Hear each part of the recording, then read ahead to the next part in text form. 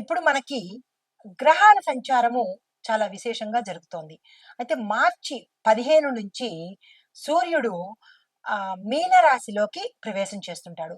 అయితే ఈ గ్రహాల సంచారము ఒక్కొక్క రాశి ఒక్కొక్క సమయం తీసుకుంటుంది రాశిలోకి రావడానికి.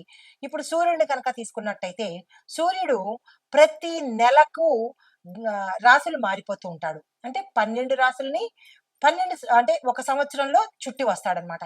అయితే ఈ మార్చి 15 నుంచి ఒక నెల రోజుల పాటు సూర్యుడు మీనరాశిలోకి ఉండబోతున్నాడు. అది ఎప్పుడు ప్రవేశం జరుగుతోంది అంటే కనుక మార్చి 15 నుంచి ఏప్రిల్ 15 వరకు.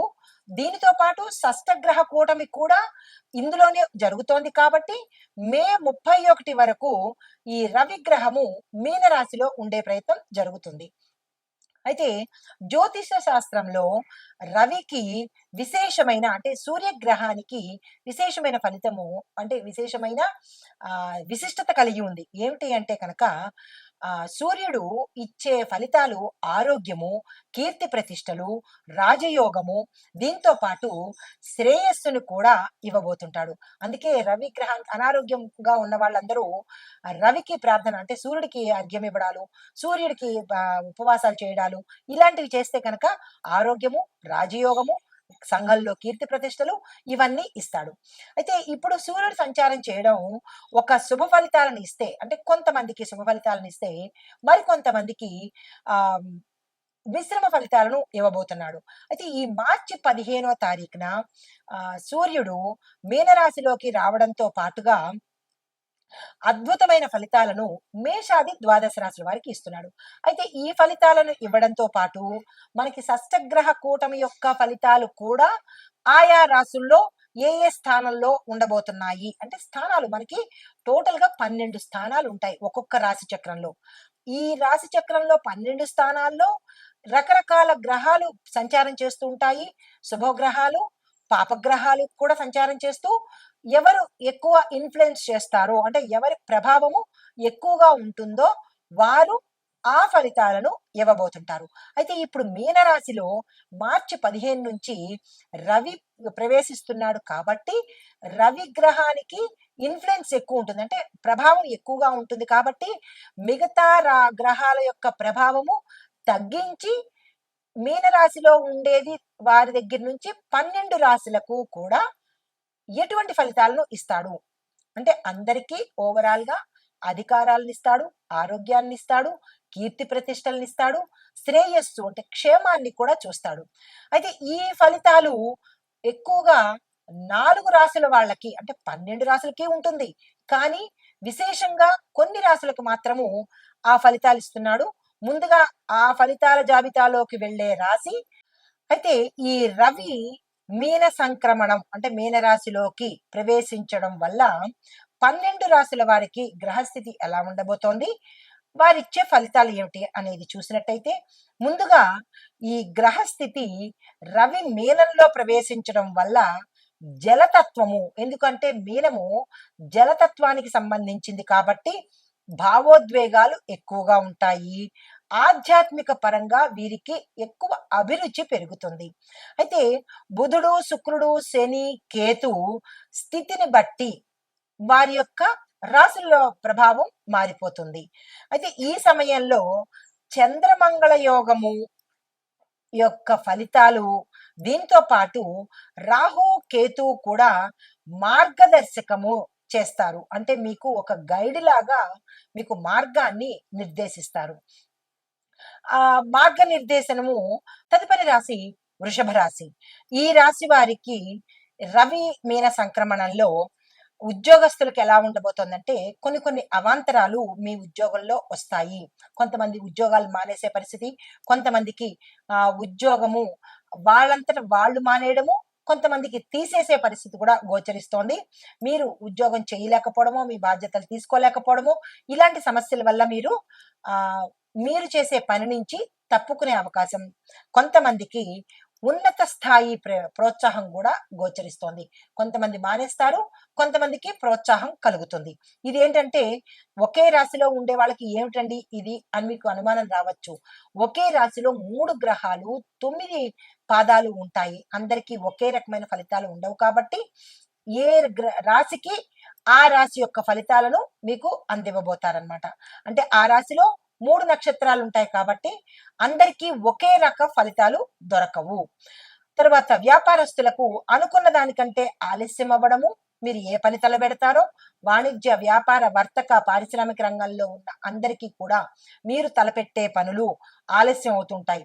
జా కొంత లేట్ అవ్వడము, కొన్ని పనులు కాకపోవడము, అధికమైన ఖర్చులు, అధికమైన ప్రయాస, మీరు ఏదో అనుకుంటే ఏదో జరగడము, నష్టపోవడము, పెట్టుబడులు వృధా అవ్వడము, కొంతమంది మీ పెట్టుబడులు అంటే పెట్టుబడి పెడతామని చెప్పి స్కాములు జరగడము, ఇలాంటివన్నీ జరిగే అవకాశం కనబడుతోంది. చాలా జాగ్రత్తలు తీసుకోండి. అయితే కుటుంబపరంగా చూసినట్టయితే కుటుంబంలో బాగుంటుంది కానీ మీ ఫ్రెండ్స్తో విభేదాలు వస్తాయి. మీరు చిన్న మాట అన్నా కానీ అది వాళ్ళకి చెడుగా వినపడే అవకాశం ఉంది. చాలా జాగ్రత్తలు తీసుకోండి. దాంతో పాటు విపరీతమైన ఖర్చులు, ధన ఖర్చులు అంటే అనవసరమైన వస్తువులు కొనుక్కోవడము, ఊరికే డబ్బులు పోవడము, చేజారిపోవడము, మోసాల్లో ఇరుక్కోవడము, ఇలాంటివి జరిగే అవకాశం ఉంది. జాగ్రత్తలు తీసుకోండి. విద్యార్థులు కనుక చూసినట్టయితే పోటీ పరీక్షల్లో చక్కని విజయం సాధిస్తారు. విదేశాలు వెళ్తారు. మీరు అనుకున్న కాలేజీల్లో సీట్లు వస్తాయి. ఈ కేజీ నుంచి పీజీ వరకు మంచి ఫలితాలు వస్తాయి కాబట్టి మీరు ఏ ప్రయత్నాలు చేసుకోవాలన్నా, ఏ గోల్స్ సెట్ చేసుకోవాలన్నా ఇది మంచి సమయము. ఆ ప్రయత్నం చేసుకోండి. తరువాత ఆరోగ్యపరంగా చూసినట్టయితే రవి ఆరోగ్య ప్రదాత కాబట్టి మీకు రవి యొక్క బలము తక్కువగా ఉండడం వల్ల తలనొప్పికి సంబంధించి, తలకు సంబంధించి ఒత్తిడి, నిద్ర లేకపోవడము, ఆందోళన, డిప్రెషన్లు కలిగే అవకాశం ఉంది. జాగ్రత్తలు తీసుకోండి. రాజకీయ, సినిమా రంగాల వారికి మీరు కొన్ని ఆటంకాలు వస్తాయి. అయినప్పటికీ పట్టుదలతో ముందుకెళ్లే ప్రయత్నం చేయండి. సక్సెస్ సాధిస్తారు. మీకు చెప్పదగిన పరిహారాలు శివాలయ దర్శనం తప్పనిసరిగా చేసుకోండి. దీంతో పాటు శివుడికి మీ పేరు మీద అర్చన చేయించుకోండి. శుక్రవారం రోజు తెల్లని వస్త్రం దానంగా ఇవ్వండి. తెల్లని వస్త్రాలు మీరు ధరించండి. దానంగా ఇచ్చే ప్రయత్నం తప్పనిసరిగా చేసుకోండి. అయితే శనివారం రోజు ఎండు మిరపకాయలను హోమంలో వేయించుకుని, అంటే మీరు ఏదైనా హోమం చేయించుకున్నా లేదా ఎవరైనా హోమం చేయించుకుంటుంటే మీరు ఎండు మిరపకాయలను ఆ హోమానికి ద్రవ్యంగా ఇచ్చినట్టయితే కనుక కొన్ని పరిహారాలు జరిగే అవకాశము, కొంత ఉపశమనం కలిగే అవకాశం గోచరిస్తోంది. అయితే ఈ రాశి వారికి పరిహారాలతో పాటు నేను కొన్ని మంత్రాలను, ప్రత్యేకమైన దానాలను సూచిస్తాను. అవి చదువుకునే ప్రయత్నం తప్పనిసరిగా చేయండి. సూర్యుడికి, దానితో పాటు ఆ శుక్రుడికి 2 మంత్రాలు ఇస్తాను. అవి తప్పనిసరిగా చేసుకోండి. ఓం గృణి సూర్యాయ నమః అనే ఈ మంత్రాన్ని 108 సార్లు తప్పనిసరిగా చదవండి. దానితో పాటు శుక్రగ్రహము మీకు అనుకూలంగా లేదు కాబట్టి శుక్రుడికి సంబంధించిన మంత్రాన్ని ఇస్తున్నాను. ఓం శుక్రాయ నమః. ఇది చాలా చిన్ని మంత్రము. ఇది కూడా చదవలేను అని అంటే కనుక ఎవరు ఏమి చేయలేరు. దీన్ని ప్రతి శుక్రవారం రోజు, అది ఆదివారం రోజు అంటే రవికి సంబంధించి ఆదివారం రోజు, శుక్రుడికి సంబంధించి శుక్రవారం రోజు 16 సార్లు తప్పనిసరిగా చదువుకోండి. అయితే మీకు చెప్పదగిన దానాలు ఏమిటి అంటే కనుక పాలకు సంబంధించిన పదార్థాలు అంటే పాలు, పెరుగు, నెయ్యి ఇలాంటివి దానంగా ఇవ్వడము, తెల్లని వస్త్రాలను దానంగా ఇవ్వడము, లక్ష్మీదేవికి పూజ చేసుకుని ప్రతి శుక్రవారము అమ్మవారి ఆలయానికి తెల్లని బట్టలు ధరించి కనుక వెళ్ళినట్టయితే విశేషమైన ఫలితాన్ని పొందుతారు. తప్పనిసరిగా ఈ మంత్రాలు, పరిహారాలు, దానాలు ఇచ్చుకునే ప్రయత్నం చేయండి. ఆ గ్రహాల యొక్క అనుగ్రహాన్ని తప్పనిసరిగా పొందండి. నమస్తే. తరువాత ఓవరాల్ గా ప్రత్యేకంగా సూచనలు అంటే అన్ని 12 రాశుల వారికి చెప్పదగిన సూచనలు ఏంటంటే ప్రతి రాశి వారు తప్పనిసరిగా ఆదిత్య హృదయం పఠించండి. రెండోది, గురువారం రోజు పసుపుని దానంగా ఇవ్వండి. శనివారం రోజు నువ్వుల నూనె దీపం పెట్టడం వల్ల శుభ ఫలితాలు పొందుతారు. మూడవది, గోసేవ, అన్నదానము, నీళ్లను దానంగా ఇచ్చినట్టయితే మహా ఫలితాన్ని పొందే అవకాశం గోచరిస్తోంది. అయితే ఈ మంత్రాలు, దానాలు పాటించడం ద్వారా మీరు ఈ రవి మీన సంక్రమణంలో విశేషమైన శుభ ఫలితాలను పొందే అవకాశం గోచరిస్తోంది.